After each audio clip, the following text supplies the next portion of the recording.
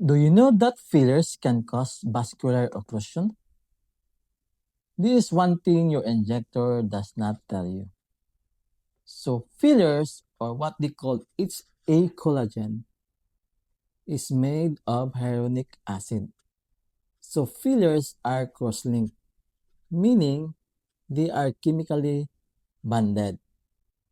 Because usually fillers, we put it to give volume on a specific area.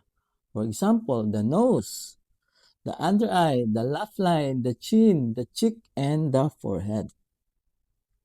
So, when fillers is injected inside the blood vessels, remember your blood vessels is the pathway of your blood which carries your oxygen. So when it injected inside the blood vessels, there will be a blockage. So when there is a blockage, there will be no blood supplies on the affected area.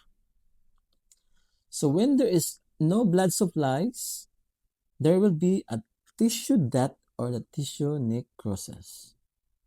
So before you get yourself injected with fillers, you should ask first your injector if they have a liporase.